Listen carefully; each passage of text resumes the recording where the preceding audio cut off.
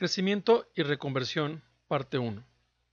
Aquí vamos a empezar este nuevo módulo que tiene que ver precisamente con este crecimiento, ¿no? Así como los seres vivos crecen, crecemos físicamente, es muy importante también crecer espiritualmente. Si realmente no nos enfocamos a nutrirnos y crecer, pues retrocedemos, ¿no? Y nos marchitamos y morimos. A veces empezamos muy entusiasmados una vida espiritual, hemos experimentado a Jesús, etcétera, pero ¿cuántas vidas no se quedan en el camino o después de unos años o incluso unos meses volvemos a estar como estábamos antes o incluso peor, ¿no? Entonces, en la vida espiritual, como en muchas cosas, el que no avanza, retrocede. Entonces no podemos de alguna forma estar en un estado de confort, tenemos que seguir creciendo, seguir buscando a Jesús, seguir llenándonos de Él, para que realmente crezcamos espiritualmente. Esta vida es un continuo crecer, el detenerse, porque nos sentimos bien o como sea, es ir para atrás. Entonces se requiere una continua conversión y reconversión. Ya hemos estado viendo lo que es la conversión en videos pasados, ¿no? Es bajarnos del trono para que Cristo realmente reine, Él sea el que lleve el timón de nuestra vida, Él dirija las cosas y esto requerimos hacerlo todos los días en una reconversión, si no se nos puede olvidar. Entonces podemos bajarnos del trono y a lo mejor unos meses, unos años después, otra vez volvemos a estar nosotros y Cristo hecho a un lado. Entonces es muy importante tener esta conciencia de reconversión. Toda nuestra vida es un proceso de reconversión hasta el último aliento. Como decía el Papa Benedicto, la conversión no es un evento, sino un proceso que puede tener un inicio, pero termina hasta el último aliento de nuestra vida. Y esto nos lleva a tener a Cristo en nuestra vida. No solamente que esté en nuestra vida como una cosa más, ¿no? Como, no sé, la comida, la bebida, los refrescos, Cristo, etcétera, no. Sino Él tiene que ser el centro. Así como en un sistema solar está el Sol, en un centro, bueno, Cristo tiene que ser el centro de nuestra vida. No es suficiente que Él sea parte de nuestra vida, sino que sea el centro de nuestra vida, el primer lugar, etcétera, y que todo gire en torno a Él. Como ya hemos visto, esta conversión nos tiene que llevar a hacer la voluntad de Dios con mucho amor, no hacer la nuestra. Entonces, como estamos planteando aquí, se requiere nutrirnos, ¿no? Así como físicamente requerimos nutrirnos, y si no nos nutrimos, pues nos debilitamos, nos enfermamos, nos volvemos anémicos o podemos morirnos, pues igualmente la vida espiritual requiere nutrición. Si la vida espiritual no se nutre, también nuestro espíritu va a acabar enfermo, va a acabar anémico, va a estar mal, ¿verdad? Entonces es muy importante este asunto de la nutrición espiritual. No es suficiente solamente haber experimentado algún día a Cristo, ¿verdad? Y derretirnos con esa experiencia, sino esa experiencia tenemos que de alguna forma consolidarla, hacer la vida e ir creciendo. No quedarnos en solamente, como dice San Pablo, ¿no? En niños de leche, sino llegar a tener incluso alimento sólido, ir madurando en nuestra vida espiritual. Entonces se requiere una nutrición espiritual que es más importante incluso que la nutrición física, porque a fin de cuentas el cuerpo físico va a acabar muerto, va a acabar siendo polvo, en cambio nuestra alma es inmortal y requerimos esa nutrición espiritual, que podríamos concretizarla en convivir con Jesús. Entre más convivimos con Jesús, obviamente más nos nutrimos de Él, pero sin Él obviamente no avanzamos, no crecemos. Por eso en Juan 15:5 dice, separados de mí, nada pueden hacer. Esto que no se nos olvide tiene que ser siempre un pensamiento de humildad, que solos no podemos. Tenemos que nutrirnos continuamente de Cristo.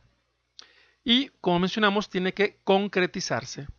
El objetivo es llenarse de Dios para hacer cada vez mejor su voluntad con mucho amor. Pero este llenarse no tiene un límite. Tenemos que estarnos nutriendo para que cada vez nuestra alma se expanda más y de alguna forma nos llenemos más de Cristo. Obviamente el objetivo es amar a Dios sobre todas las cosas y al prójimo como Jesús nos amó. Es el amor al que venimos a este mundo. Amar a Dios, amar al prójimo, esa es su voluntad.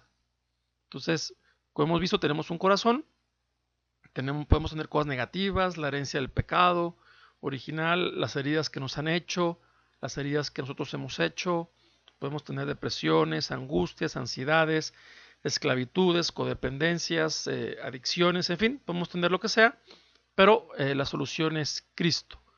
Cristo es más grande que todas estas cosas negativas. Entonces el primer paso es poner a Cristo en el centro de nuestra vida, en el centro de nuestro corazón, y Él ahí desde adentro va a empezar a ayudarnos a sanar, ¿no? Tanto nos nutre como nos sana, para que en la medida en que nosotros buscamos a Jesús, crecemos en esta vida espiritual, nos nutrimos de esta vida espiritual, Cristo crezca en nuestro interior. Entonces, ¿qué sucede?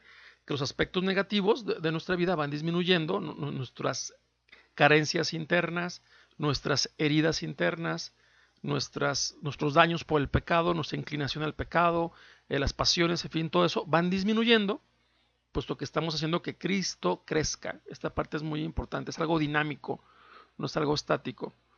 En la medida en que Cristo crece, pues obviamente sanamos mejor del corazón, depresiones, angustias, ansiedades, amarguras, resentimientos, rencores, en fin, lo que sea, en la medida en que buscamos que Cristo crezca y le permitimos que nos sane desde nuestro interior. Ya vimos que Él es el médico de almas y de cuerpos, hasta que llega un momento en que nos llenemos tanto que ya los aspectos negativos desaparecen, pero eso tampoco tiene un límite, ¿no? O sea, de alguna forma Cristo nos llena y puede Él ir expandiendo cada vez más nuestra alma, que es el objetivo de este mundo. Y cuando lleguemos al cielo, pues que tengamos un alma grande para que de alguna forma pueda caber ahí mucha felicidad celestial. Pero esa dimensión de nuestra alma la hacemos aquí cada vez que con mucho amor hacemos la voluntad de Dios, amándolo a Él, amando al prójimo conforme a su voluntad.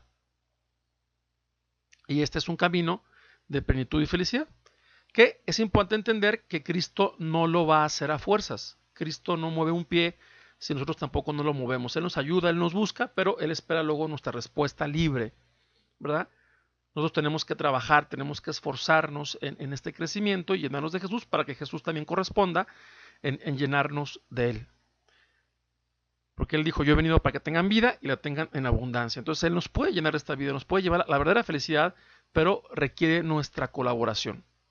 Claro que nosotros no podemos hacer todo, Él va a hacer incluso la parte pesada, la mayor parte, pero sí requiere Él nuestra colaboración.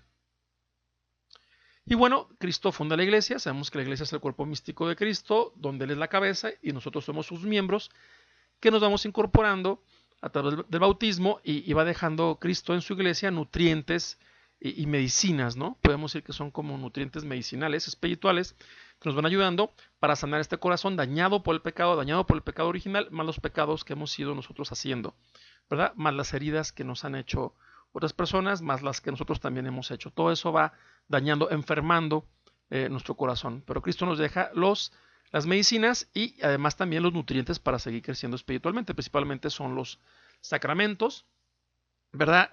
Donde obviamente el sacramento central es la Eucaristía, es su palabra, nos deja su palabra, que también es luz, que también es medicina, que también es un nutriente para el espíritu, y nos enseña a que tenemos que orar, ¿no? En esta oración y en todo lo que estamos viendo aquí, a través de su palabra, la oración, los sacramentos son formas de unirnos a Jesús, llenarnos de Él, recibir las medicinas para que nos sane nuestro corazón y además los nutrientes para ir creciendo, y todo esto son puntos de encuentro con Jesús.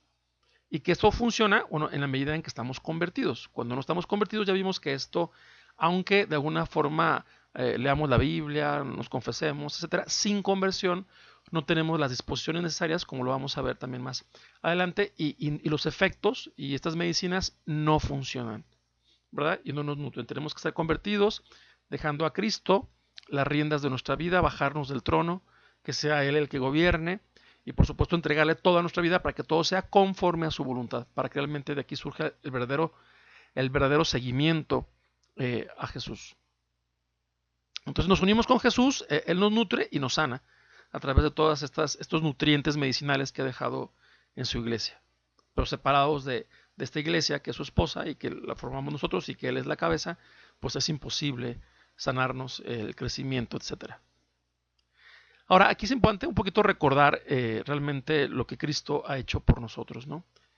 Podríamos preguntarnos, ¿realmente Él a qué vino al mundo? Hay veces que somos católicos y nos acostumbramos mucho a actuar de manera mecánica, ritualista a veces, ¿no? Sin tomar conciencia realmente lo que estamos haciendo, a dónde vamos, cuál es el objetivo, ¿no? Pues bueno, sabemos que Cristo vino al mundo a salvarnos, ¿no? A salvarnos del pecado. ¿Cómo nos salva? Bueno, nos salva a través de su misterio pascual, su pasión, muerte y resurrección. Toda su vida es una salvación que culmina con su pasión, muerte y resurrección. Nos salva del pecado, puesto que por el pecado de todos nosotros y el pecado de Adán, pues el cielo se cerró. Entonces Cristo tuvo que morir por nosotros, pagar por nuestros pecados para otra vez abrirnos el cielo. Por eso en Isaías 53 dice: pero Él soportaba nuestros sufrimientos y cargaba con nuestras dolencias. Él fue traspasado por nuestras rebeldías y triturado por nuestras iniquidades. El castigo que nos da la paz recayó sobre Él, y por sus heridas fuimos sanados. El Señor hizo recaer sobre Él las iniquidades de todos nosotros. Entonces, bueno, esta parte es muy importante entenderla. O sea, no era una cuestión nomás de que Dios dijera, pues, se cerró el cielo por el pecado, pues ahorita lo abro y que ya entren los que se porten mejor, ¿no? O sea, no fue así. Jesús podía haber dicho, y Dios podía haber dicho, tienen los 10 mandamientos, quien los cumpla de un 80% al 100% pasan directo al cielo, quien los cumpla del 60 al 80 se va a purgatorio, y los que truenen, por así decirlo, reprueben del 50 para abajo, pues se van al infierno, y nos ahorramos mucho sufrimiento de Cristo, su pobreza, sus dolores, su tortura, su muerte, su dolor, ¿no? Etcétera. No lo ahorramos, y de esa manera pues el cielo sigue abierto, pero no es tan sencillo. Vamos a ver que Cristo tuvo que pagar, ¿no?, por cada uno de los pecados para que fuera posible abrir el cielo. ¿A qué se le paga? Bueno, pues a Dios, a la justicia divina que fue dañada por el pecado, se le tiene que pagar. Entonces Cristo en su misericordia, esa es la misericordia de Dios, y en su amor, Él viene a pagar por nosotros. Y paga por cada uno de nuestros pecados. No pagó con dinero, pagó con dolor. ¿Sí? Cada pecado nuestro es muerte, es dolor. Entonces Cristo carga con ese dolor para podernos dar su gracia, como vamos a ver, y podernos abrir el cielo. Esta parte es muy importante entenderla. O sea, tenemos que saber que cada pecado le causa un dolor a Jesús, ¿verdad? Y que Él ha cargado con ese dolor por nosotros. Entonces eso nos tiene que llevar también a este arrepentimiento, ya no quererlo ofender, ya no querer pecar, etcétera. Y también en 1 de Pedro dice, Él llevó sobre la cruz nuestros pecados, cargándolos en su cuerpo. ¿Sí? Él tuvo que cargarlos, no era una cuestión así también, así sencilla de decir, pues salvo el cielo, así nomás. No, hay de alguna forma reglas, por así decirlo, que se tienen que pagar a la justicia divina, porque Dios es todo un equilibrio perfecto entre su misericordia y su justicia. Entonces Él puede derramar su misericordia, pero sin que su justicia quede afectada.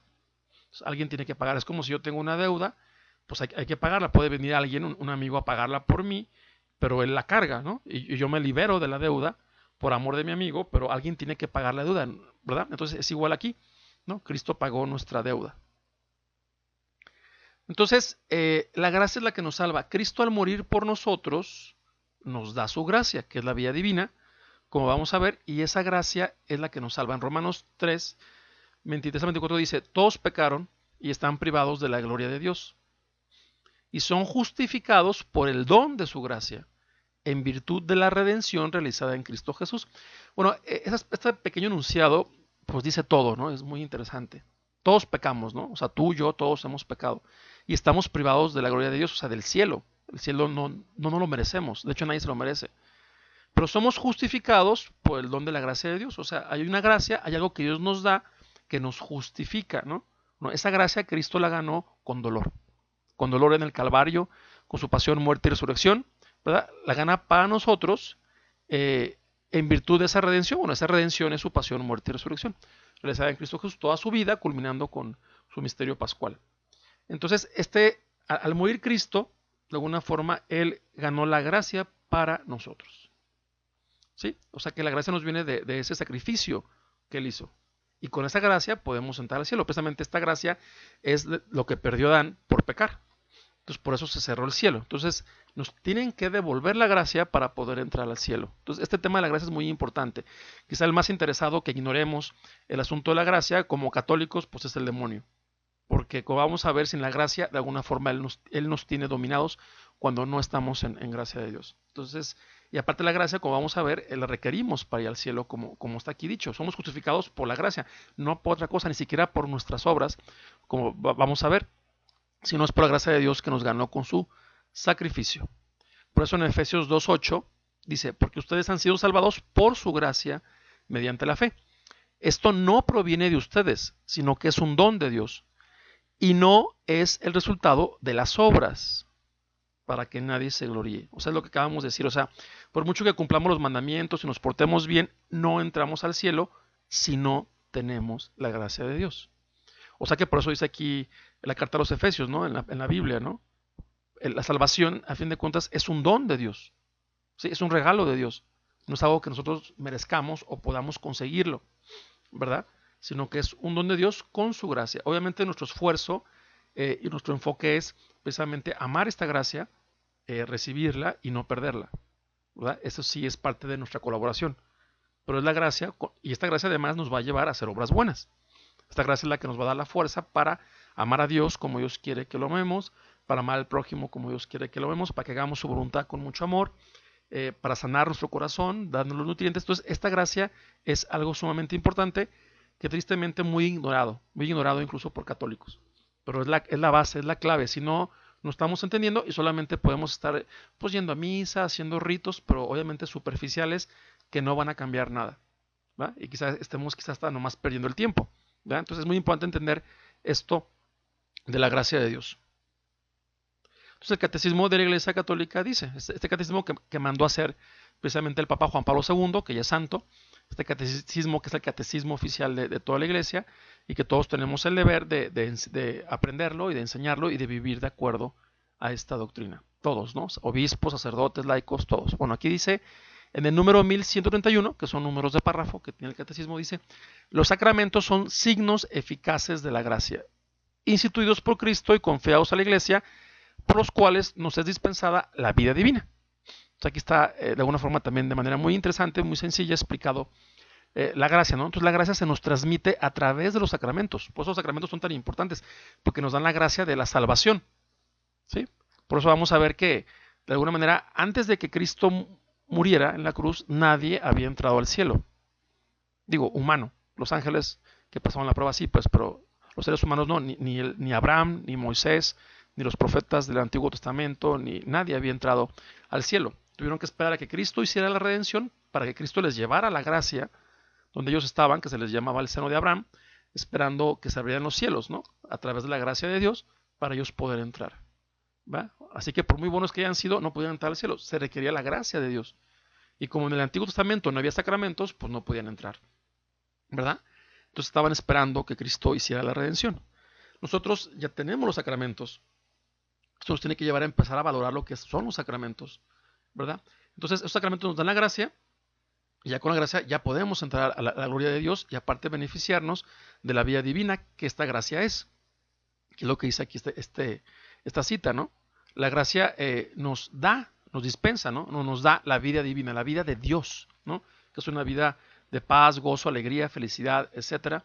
Eso es lo que nos da la gracia. Entonces los sacramentos son un regalo, un tesoro inmenso, son medicinas que no se encuentran en ninguna farmacia, son bendiciones inmensas, es un tesoro, es realmente el amor de Dios a través de los sacramentos. Y en Gálatas capítulo 5 dice, el fruto del Espíritu Santo es amor, alegría, paz, paciencia, amabilidad, bondad, fidelidad, mansedumbre y dominio de sí mismo, ¿no? Bueno, este fruto del Espíritu, que es el Espíritu Santo, se nos da en un corazón donde habita Cristo con su gracia, y a través de esta gracia se nos da este Espíritu Santo, y el fruto de él es todo esto. O sea que de alguna forma la vida divina es todo esto, ¿no? Dios vive en una continua paz, en un amor perfecto, en una felicidad inmensa, en una alegría inmensa. Bueno, pues esa vida trinitaria que tiene Dios y que se nos da a través de su iglesia, los sacramentos, lo contiene la gracia. Entonces no podemos alcanzar esta plenitud de vida, de felicidad, de gozo, de alegría, etcétera, sin la gracia de Dios. Sin la gracia de Dios. Podemos alcanzar quizá cuando mucho una cierta felicidad humana, pero obviamente es una felicidad humana de un nivel muy bajo comparado con la felicidad divina que solamente nos puede dar la vida divina de Dios en nosotros. Bueno, esto es muy importante. Jesús habla de la gracia de muchas maneras en el Evangelio. Aquí vamos a ver una de esas partes, que es Mateo capítulo 22. Jesús da una parábola. Leamos.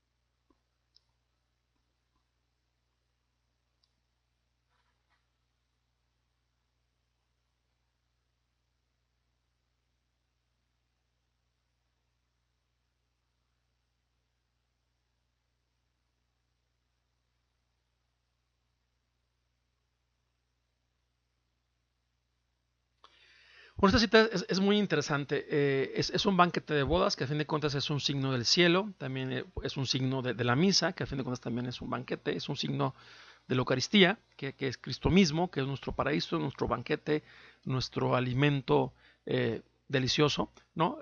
Jesús, ¿verdad? Y pues unas personas no querían ir a este banquete, ¿no? O sea, Dios no te puede obligar si no quieres ir a este banquete. Dios no te puede obligar a entrar al cielo, no te puede obligar a ser feliz. Tú tienes que colaborar. Él prepara el banquete como este rey, pero los invitados tienen que ir, es lo mínimo que pueden hacer, no los pueden llevar de alguna forma a fuerzas. Cristo no te puede llevar a fuerza a confesarte, a comulgar, por lo tanto no te puede llevar a fuerzas al cielo, ¿verdad? Si tú no quieres la gracia, no la aprecias, etcétera, pues tú mismo te estás condenando, ¿no? Nosotros mismos nos condenamos al no apreciar esto que Jesús hizo por nosotros, que costó la vida de Cristo, ¿no? Es como si tú pudieras tener un ser querido, etcétera, y se sacrifica para conseguir la medicina a un amigo y luego ese amigo rechaza esa medicina, ¿no? O sea, ¿qué merecería ese amigo? ¿No? Bueno, pues es lo que Dios Padre ha hecho con nosotros. Ha mandado a Cristo, a su Hijo, a morir por ti y por mí, para que tengamos la gracia de Dios. Si rechazamos la gracia, ¿qué nos merecemos? Es decir, nosotros mismos nos estamos condenando, ¿verdad? Por eso nosotros nos autocondenamos al rechazar la gracia de Dios. Entonces, aquí lo interesante es que, bueno, ya los invitados, otros que invitaron y que sí quisieron ir, llenaron la sala de buenos y de malos, como dice ahí. Sin embargo, el rey sale y ve a uno que no tenía traje de boda, no estaba vestido de manera correcta para el banquete, para la fiesta. Y dice que lo echen a las tinieblas, que lo aten de pies y manos y que lo echen a las tinieblas y que allí será el llanto y rechinar de dientes. Pues estas tinieblas, bueno, pues es el infierno. Es donde es el llanto y rechinar de dientes, es un lugar de tinieblas. Porque el purgatorio, bueno, es una luz purificativa, ¿verdad? Pero las tinieblas, la oscuridad, el maligno, el demonio, pues es el infierno, es esto, ¿no? Entonces, esta persona la mandan ahí a las tinieblas, no por ser buena o ser mala. Esa parte es interesante porque la sala estaba llena de gente buena y mala. La echan a las tinieblas porque no tenía traje de bodas, ¿va? Entonces, bueno, este traje de bodas es la gracia. Por eso una persona mala, si se arrepiente y recibe la gracia, entra al banquete. Los buenos también necesitan la gracia para entrar al banquete. Cualquiera que entra al banquete requiere la gracia. Por eso San Pablo dice en Efesios, en la cita que vivimos, no es una cuestión de las obras, es un don de Dios la entrada al cielo. Entonces esta parte es bien importante entenderla como católicos, ¿no? Tenemos que estar en gracia de Dios y no perderla. La gracia de Dios entra por el bautismo y se puede perder por cualquier pecado mortal. Pues se llama pecado mortal porque mata la vida divina en el alma, la vida de la gracia, y estamos muertos espiritualmente. Por eso, si morimos, nos quedamos en la muerte eterna, que es el infierno, ¿verdad? ¿Cuál es la opción mientras tengamos vida en este mundo? Que es una vida que va a terminar en algún momento y que no sabemos cuándo, pero mientras tengamos vida tenemos la oportunidad de ir al sacramento de la confesión y volver a recuperar la gracia si nos arrepentimos honestamente, porque tampoco es un juego, pues no es un trámite, es realmente estar arrepentido de lo que hicimos para no volverlo a hacer y de esa manera recibimos la gracia de Dios a través del sacerdote, ¿no? En la absolución. Entonces ahí recuperamos otra vez esta vida divina. Por lo tanto, es muy importante no perderla, vivir esta vida divina y crecer en ella. Esta es la gracia de Dios. La gracia de Dios es como un vestido de banquete de bodas. Es interesante cómo en otros lados del Evangelio también se menciona este signo, ¿no? En la parábola del hijo pródigo, cuando el hijo pródigo regresa ya arrepentido y es admitido por su padre, el padre dice, tráiganle una túnica blanca, o sea, otra vez viene este signo de que somos revestidos otra vez por la gracia, ¿no? Por la vía divina de Dios. Otros signos es a veces también el aceite, ¿no? Es la parábola de las vírgenes prudentes que estaban esperando al novio, pero con suficiente aceite para cuando llegara el novio entrar con él, o sea, entrar al paraíso, entrar al cielo, a diferencia de las vírgenes necias, tercas, no prevenidas, que no valoraban, obviamente, lo que era tener el aceite, o sea, que también aquí el aceite es un signo de la gracia, ¿verdad? No valoraban entrar realmente al reino de Dios, no era su prioridad, no estaban atentas, ¿no? Entonces, ¿qué pasa? Llegó el novio cuando ellas fueron a comprar aceite y ya no entraron. Y por más que tocaban, les decía Dios, ¿no? No las conozco, no sé quiénes son. Por eso Jesús dice en Mateo 24, estén prevenidos porque ustedes no saben qué día vendrá su Señor. O sea, Jesús no nos dice, porque a veces pareciera que eso entendemos, pues llévensela tranquila, lleven una vida ligerita, no se preocupen, no es eso, ¿no? De alguna forma no es la condescendencia, no es la irresponsabilidad o negligencia a la que Dios nos llama más bien a ser responsables, a ser previsores, a saber que cualquier día podemos morir, que el día de hoy podemos morir. y que hoy tenemos que estar preparados para morir. Tenemos que tener el aceite, el vestido de fiesta, la gracia de Dios. No es decir, ay, pues me confieso, estoy en pecado mortal, pero igual me confieso en 3 días. ¿Quién te dice que en 3 días vas a vivir? Esa no es la actitud que Cristo nos está diciendo, por lo menos en esta cita está muy claro. Cristo dice, estén prevenidos. No que seamos condescendientes o negligentes. Dice, no, estén prevenidos, porque no saben el día y la hora. ¿Sí? No sabemos el día y la hora en que vendrá nuestro Señor. Por nosotros puede venir hoy mismo. Entonces, todos los días tenemos que estar en gracia de Dios. Pues es bien importante estar en gracia.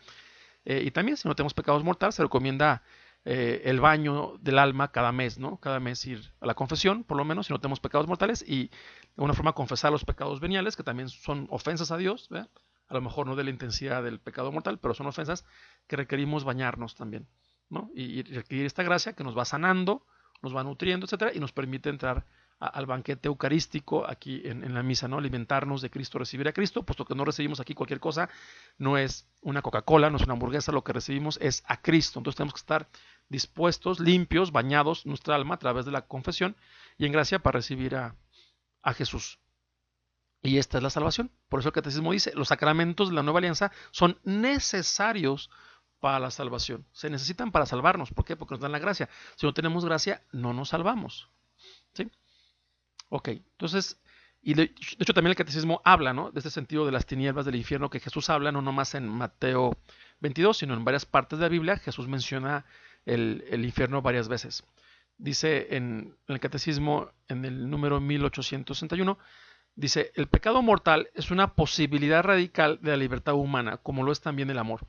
Entraña la pérdida de la caridad y la privación de la gracia santificante, es decir, del estado de gracia. Si no es rescatado por arrepentimiento y el perdón de Dios, causa la exclusión del reino de Cristo y la muerte eterna del infierno. Entonces aquí está clarísimo, es doctrina católica, ¿verdad? No es invento de nadie ni de un párroco así aislado, en fin, no, es doctrina católica, el pecado mortal existe y nos puede llevar al infierno, ¿verdad? Si no morimos con la gracia de Dios, en estado de gracia. También en el número 1035 dice, la enseñanza de la Iglesia afirma la existencia del infierno y su eternidad. Las almas de los que mueren en estado de pecado mortal descienden a los infiernos inmediatamente después de la muerte y allí sufren las penas del infierno, el fuego eterno. La pena principal del infierno consiste en la separación eterna de Dios, en quien únicamente puede tener el hombre la vida y la felicidad para las que ha sido creado y a las que aspira, ¿no? Es el infierno y su eternidad, ¿no? O sea, uno entra ahí y ya jamás sale de ahí. ¿Y por qué entramos ahí? Porque rechazamos la gracia, morimos y decidimos rechazar la gracia de Dios y pues nos vamos al infierno. En cambio, amamos la gracia de Dios, la cuidamos durante nuestra vida, morimos en su gracia y nos salvamos, porque la gracia de Dios es como nuestro boleto, como vamos a ver, para entrar al cielo, además de que la gracia de Dios también nos santifica, porque el objetivo no solamente es que lleguemos al cielo, sino el objetivo es que crezcamos espiritualmente, realmente seamos santos como Dios quiere que seamos santos.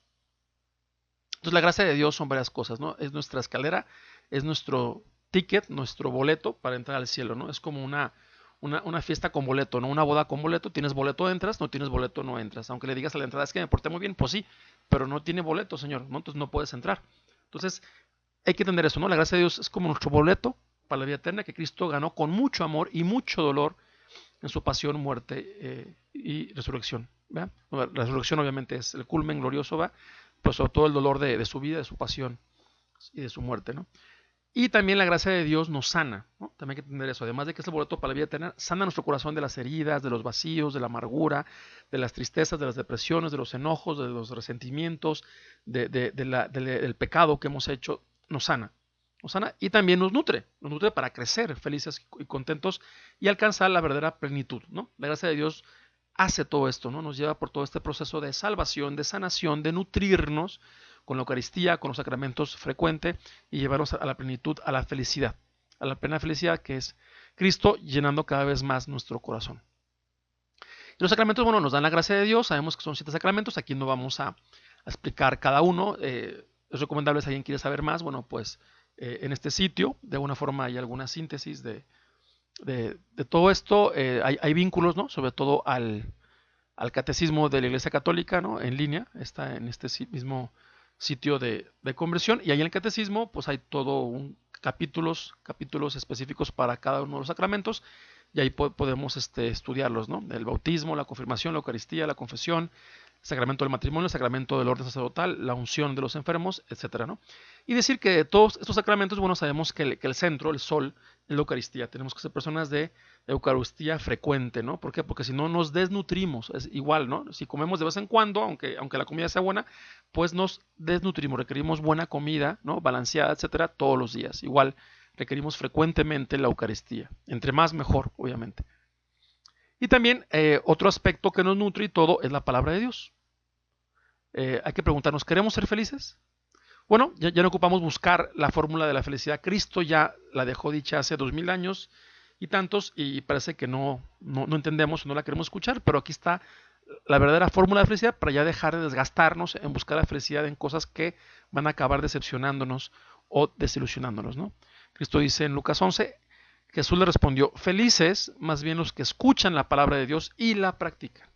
Aquí está el secreto de la felicidad, escuchar la palabra de Dios y practicarla. Ahora la pregunta es, ¿tú quieres ser feliz de vez en cuando o todos los días? Si quieres ser feliz todos los días, bueno, tenemos que escuchar la palabra de Dios todos los días, no de vez en cuando, y practicarla todos los días. Esa palabra que escuchamos, tratar de encarnarla, hacer la vida. Porque esto no sirve si solamente leemos la palabra con un fin académico, un fin intelectual, eso no sirve para nada. ¿Va? O servirá quizá para algo, pero no para nuestra vida espiritual. Es escuchar la palabra de Dios como una palabra viva de Dios y encarnarla, practicarla. También dice en el Salmo 119, tu palabra es antorcha para mis pasos y luz para mis caminos. Entonces, ¿qué pasa para una persona que continuamente lee la palabra de Dios? Pues vive iluminada, su vida vive iluminada. Va a saber qué decisiones tomar. No va a estar a oscuras, ¿no? Es como dice Jesús, el que me sigue no camina en tinieblas, sino que tiene la luz de la vida. Sabe qué hacer, qué decisiones tomar, toma buenas decisiones, entonces va tomando buenas decisiones y va construyendo su vida de manera bella, de manera hermosa, porque a fin de cuentas esa persona no está construyendo su vida, la está construyendo Cristo en ella, ¿verdad? Por eso es bajarse del trono para que Cristo guíe su vida, pero tenemos que acostumbrarnos a escuchar su voz todos los días, ¿no? Su palabra que es viva y eficaz, su palabra que es más dulce que la miel, ¿verdad? Su palabra que es amor, ¿no? Requerimos ese alimento, esa nutrición de todos los días de su palabra. También dice en Sabiduría 16, ni el oscuro hierba ni ungüento alguno, sino tu palabra, Señor, que todo sana. Entonces aquí también se nos está revelando que la palabra de Dios sana nuestro corazón, también de problemas psicológicos, emocionales, trastornos, depresiones, angustias, ansiedades, resentimientos, enojos, vacíos, lo que sea. Su palabra sana. Claro que si no sabes tú esto y no lo crees, pues obviamente no recibes. No lo recibes. Para recibirlo hay que saberlo, hay que creerlo, hay que confiar en Dios para poder recibir toda esta gracia, toda esta bendición del amor de Dios que nos tiene para nosotros. Entonces hay que alimentarse de la palabra de Dios diariamente. Un buen criterio para empezar a leer es saber que la Sagrada Escritura es cristocéntrica, es decir, tiene a Cristo por centro. Es decir, se divide en Antiguo Testamento y Nuevo Testamento. Todo el Antiguo Testamento apunta a Cristo como un Mesías, como una persona que se está esperando. Ya el Nuevo Testamento, pues ya es Cristo que vino, ¿no? Todos los evangelios es Cristo, su palabra, lo que hizo, lo que pensó, a dónde fue, etcétera. Y es la vida de Cristo, ya es el Mesías con nosotros, el Emmanuel, el Dios con nosotros, ¿verdad? Y ya las cartas es una forma práctica, como las primeras comunidades que recibieron el mensaje empezaron a vivir la palabra de Dios, ¿no? Entonces, ¿por dónde hay que empezar? Por los evangelios. Hay que empezar por los evangelios y de esa manera entramos en contacto directamente con Cristo, con el Mesías, nos enamoramos de él y él empieza a guiarnos. Luego seguir con todas las cartas del Nuevo Testamento y ya una vez que leemos el Nuevo Testamento ya podemos leer el Antiguo y lo vamos a entender más. Si queremos leer el Antiguo Testamento sin haber leído los Evangelios e impregnarnos de Cristo, va a ser difícil su lectura. A veces nos cuesta trabajo entenderla, va a haber pasajes áridos, etcétera, porque obviamente se refieren a una meta que es el Mesías, que en ese momento no es tan clara como ya lo es en los Evangelios. Entonces, se recomienda primero empezar por los Evangelios, por el Nuevo Testamento, es decir, empezar por la segunda parte de la Biblia y luego ya leer el empiezo. Y que sea no una lectura, como decimos, ni de novela, ni académica, ni nada de eso, sino una lectura de alimentación, ¿no? de que nos lleve a orar y meditar. Aquí la cuestión no es leer mucha cantidad, sino quizá poca, pero profunda, ¿no? Meditando lo que estamos leyendo, viendo cómo lo podemos aplicar en nuestra vida, a ver qué Dios me está diciendo a mí con esta palabra, ¿no? Cómo la encarno en mi situación concreta. Eso me lleva quizá también a un diálogo con Jesús, ¿no? A orar, a platicarle, a pedirle, a decirle, ayúdame a vivir esta palabra, o Señor, esta palabra me cuesta trabajo. Entonces es ya una oración meditada, la lectura de la palabra de Dios, y obviamente eso da mucho, mucho más fruto. Y saber que Dios con su palabra crea, ¿no? En Isaías 55 hay una frase muy bonita que dice: así como la lluvia y la nieve descienden del cielo y no vuelven a él sin haber empapado la tierra, sin haberla fecundado y hecho germinar, para que dé la semilla al sembrador y el pan al que come, así sucede con la palabra que sale de mi boca. Ella no vuelve a mí estéril, sino que realiza todo lo que yo quiero y cumple la misión que yo le encomendé. Esta parte es muy importante, ¿no? Dios con su palabra crea, así como creó el universo, el sol, el cielo. Dios puede crear un nuevo mundo, una nueva tierra, un nuevo cielo en tu alma. Puedes tener un corazón de piedra. Dios con su palabra puede crear un corazón de carne, un corazón feliz, un corazón sanado, ¿verdad? Con su palabra, ¿verdad? Y a lo mejor nuestro interior puede ser un desierto, pero Dios con su palabra, como lluvia, te fecunda, y de ese desierto puede hacer los jardines más bellos, más hermosos, con las flores, los frutos más exquisitos, ¿no? Porque su palabra es poderosa, con su palabra Él crea, con su palabra Él creó el universo. Entonces, si no estamos leyendo, no entramos en contacto con la palabra de Dios todos los días, estamos desnutridos, ¿no? Igualmente, si no estamos frecuentando los sacramentos, estamos desnutridos. Cuando Dios nos deja alimentos exquisitos para nuestra alma y para toda nuestra vida, porque si se sana, nos sanamos espiritualmente, también nos sanamos emocionalmente, nos sanamos psicológicamente y hasta físicamente también nos podemos sanar. También su palabra es una espada, ¿no? Como dice aquí en Hebreos 4, porque la palabra de Dios es viva y eficaz y más cortante que cualquier espada de doble filo. Ella penetra hasta la raíz del alma y del espíritu, de las articulaciones y de la médula, y discierne los pensamientos y las intenciones del corazón. O sea que tiene el poder de encarnarse, de llegar hasta el fondo de nuestro ser y también al fondo del ser de los demás. Por eso hay que vivir la palabra y transmitirla, porque eso va a transformar las personas, va a transformar los corazones, va a transformar las almas y va a transformar el mundo. Si el mundo hoy cada vez está peor, es porque no estamos en gracia de Dios alimentándonos de los nutrientes de Dios, de los sacramentos, de su palabra, y como posteriormente veremos en otro video de la oración. En primera de Pedro dice: ámense constantemente los unos a los otros con un corazón puro, como quienes han sido engendrados de nuevo, no por un germen corruptible, sino incorruptible, la palabra de Dios viva y eterna. Entonces somos engendrados a la vida nueva, ¿verdad? A la gracia de Dios por la palabra de Dios, que es viva y eterna. O sea que la palabra de Dios, cuando tú leas la Biblia, no es un libro muerto, no es solamente un papel y una tinta que está ahí, es la vida de Dios que se te está transmitiendo a través de este libro maravilloso que ha transformado las vidas de quienes han querido dejarse transformar.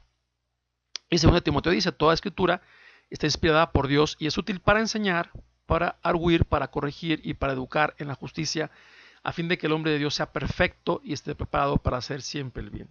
Jesús dice: sean perfectos como mi Padre Dios es perfecto. En una de las cartas de Pedro se dice: sean santos porque Dios es santo. Bueno, no podemos ser perfectos si no leemos la palabra de Dios, ¿sí? Porque aquí está diciendo que la escritura, la palabra de Dios, nos lleva a esta perfección, obviamente al escucharla y vivirla, ¿no? La palabra de Dios nos da sabiduría, nos da luz, que no nos da nada en este mundo, ni ninguna materia, ni ninguna maestría, ni ningún doctorado en este mundo. Nos da la luz y la sabiduría que nos da la palabra de Dios. ¿Cuánta gente con muchos estudios, ¿no?, o exitosa profesionalmente, tiene en su vida un desastre, está deprimida, se quiere suicidar, porque le falta sabiduría, porque le falta la luz de Dios, ¿verdad? O sea que nada en este mundo nos da la verdadera felicidad más que Dios, ¿verdad? Entonces todo esto es la palabra de Dios para que le hagamos vida continuamente. Bueno, seguiremos con el tema en el siguiente módulo.